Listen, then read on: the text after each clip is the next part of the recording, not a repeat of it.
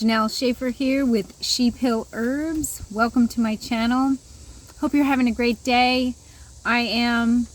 Take a deep breath with me.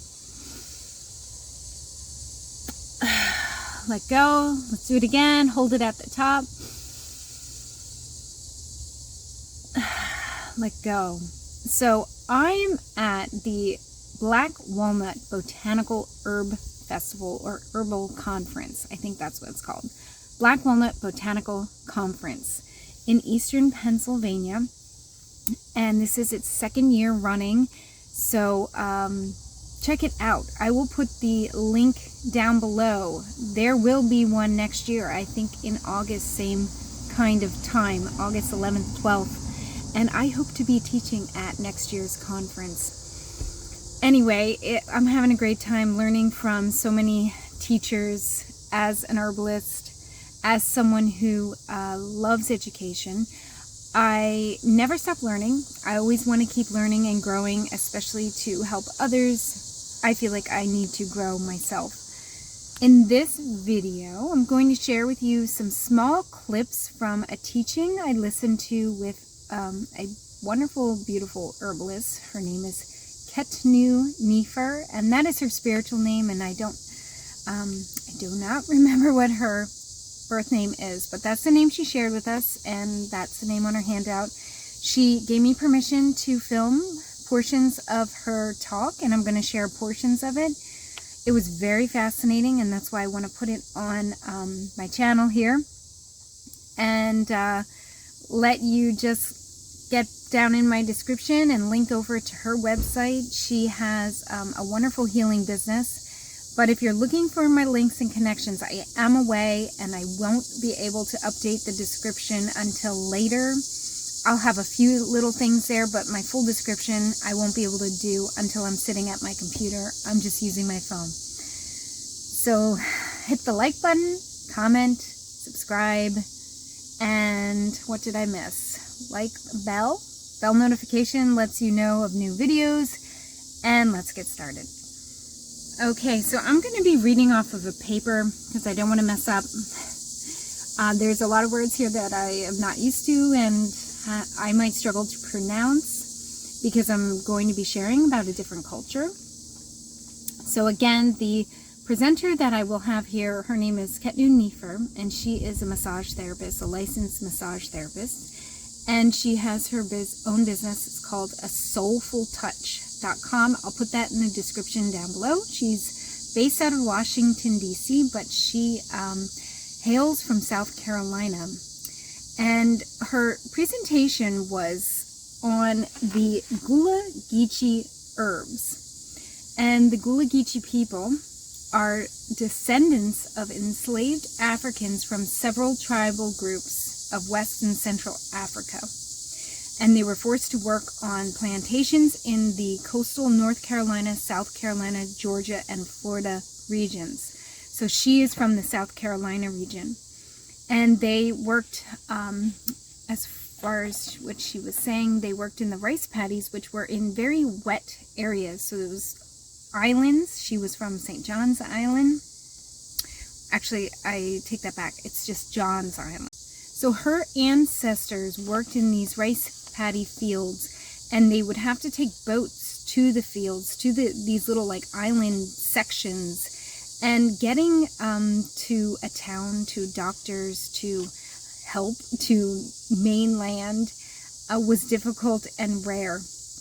And it forced the people to kind of, well, really create a new and blended culture. So the culture was blended from their African roots, but also incorporated English influence and even Native American influence. And they depended on the plants in their vicinity, the plants that they could gather and use for foods and medicines, because they couldn't always get to a doctor, nor would a doctor necessarily help them if they could. So, as it says here in my handout, the Gullah Geechee culture is a combination of African and European music, food, art, and religion. Many enslaved African Americans were forced to abandon their ancestral traditions in the South, though many were allowed to incorporate some traditions as long as they adopted newer Western ones in the process. This was also applied to the herbal traditions in the Gullah Geechee culture. So they were separated, like I said, on these coastal islands, and they really turned to foraging and wildcrafting and making tinctures and teas and using plants for indigenous plants of the region for their health and wellness. So she went through a list of about 8 or 9 different plants, many that I use and are here in native Pennsylvania: mullein, comfrey, wild cherry bark, elderberry. And I do not have her speaking on everything. I'm going to piece together some portions of the talk. She did not want me to share the entire talk, just portions of it, for a few reasons. One of it being, and I think I'll share it, is the sacred nature of the information shared. So I can understand that. I really do feel like the information about plants should be considered sacred and not cheapened. It is passed down information. It is important. It should be taken with seriousness.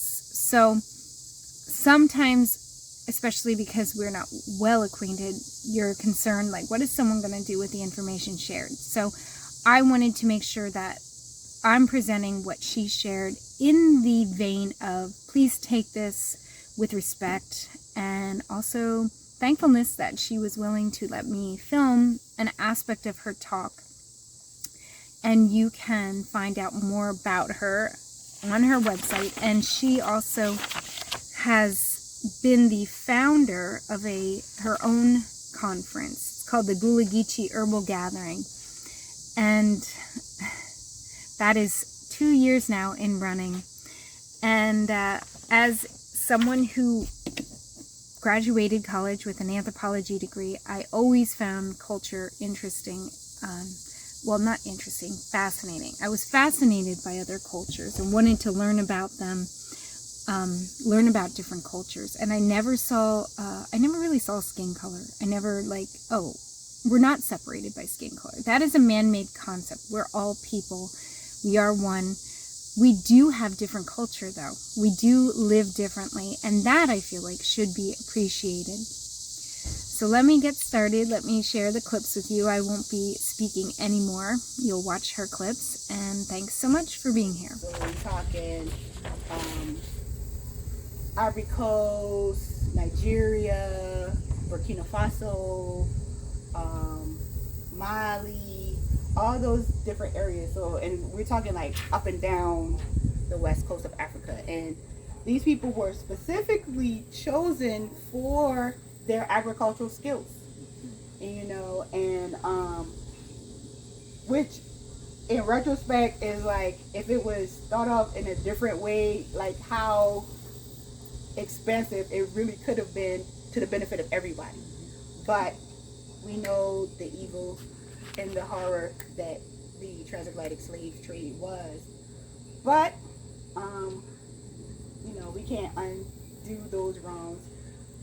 But standing here as a descendant of one of those people who were brought here against their will, but persevered through all the challenges and stuff like that, and then just engineered this whole, because this rice didn't grow here, and the specific rice that was raised in, especially in the Gullah Geechee corridor, was very precise. It had a special way you had to winnow it and all this great stuff. And so they even created baskets and things like that. Like the ingenuity is just mind-blowing. And so with that, not only bringing those foodways with them, they brought some of their indigenous plants and introduced them to this land, as well as connecting with those who were already here and learning of their traditional herbs and foodways as well. So the Gullah Geechee corridor spans from Jacksonville, North Carolina to Jacksonville, Florida, and 100 miles in. So that's considered the Gullah Geechee corridor as we know it now.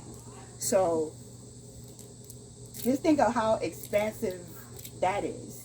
And with that, the different terrain. So you got beach, you got creek, you got marsh, you got forest and all this stuff. So having to traverse those things and learn about the different plants that were there, not only for their own personal use, but for the master or for entrepreneurship as well. So this is a really beautiful testament to like Black genius. You know what I'm saying? So it's like one of the major things that I really, really love about how we preserved a lot of the culture is that, like I was saying earlier to some of the people that were here earlier, that some of the stuff is still used today. Like my aunts and uncles still use mullein. They know where to find it in the woods. Like, but this is stuff that was passed down from generation to generation. With the advent of technology and everything, we've gotten away from doing the herbal stuff. But the one thing I think this whole C word has taught people, because I don't like to say it, is to go back to nature and go back to basics. And especially the younger generations of Gullah Geechee people.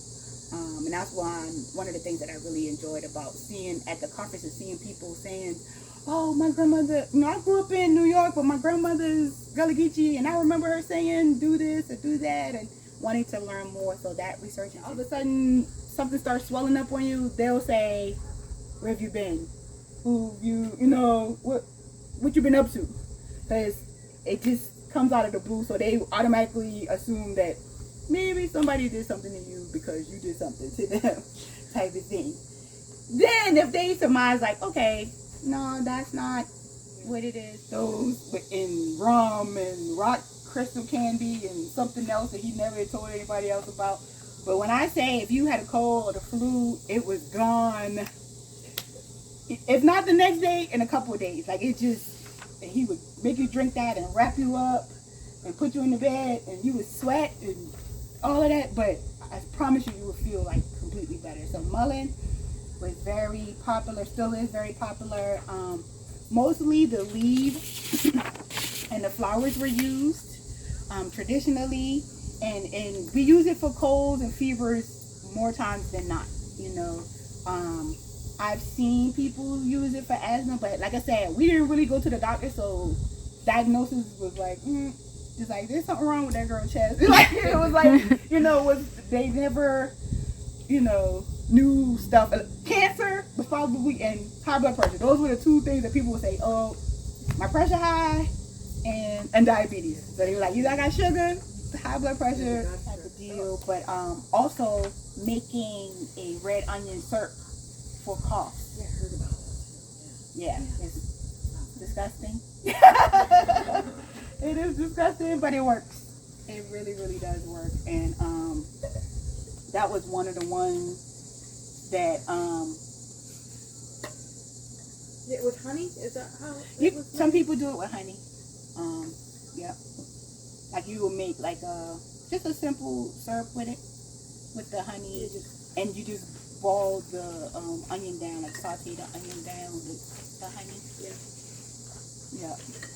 I actually, a herbal friend of mine, Lucretia Van Dyke, that is like one of her go-tos for stuff, and she grew up in the Appalachian Mountains, and so that was one of the really big things for coughs, upper respiratory stuff, and really helping to expel the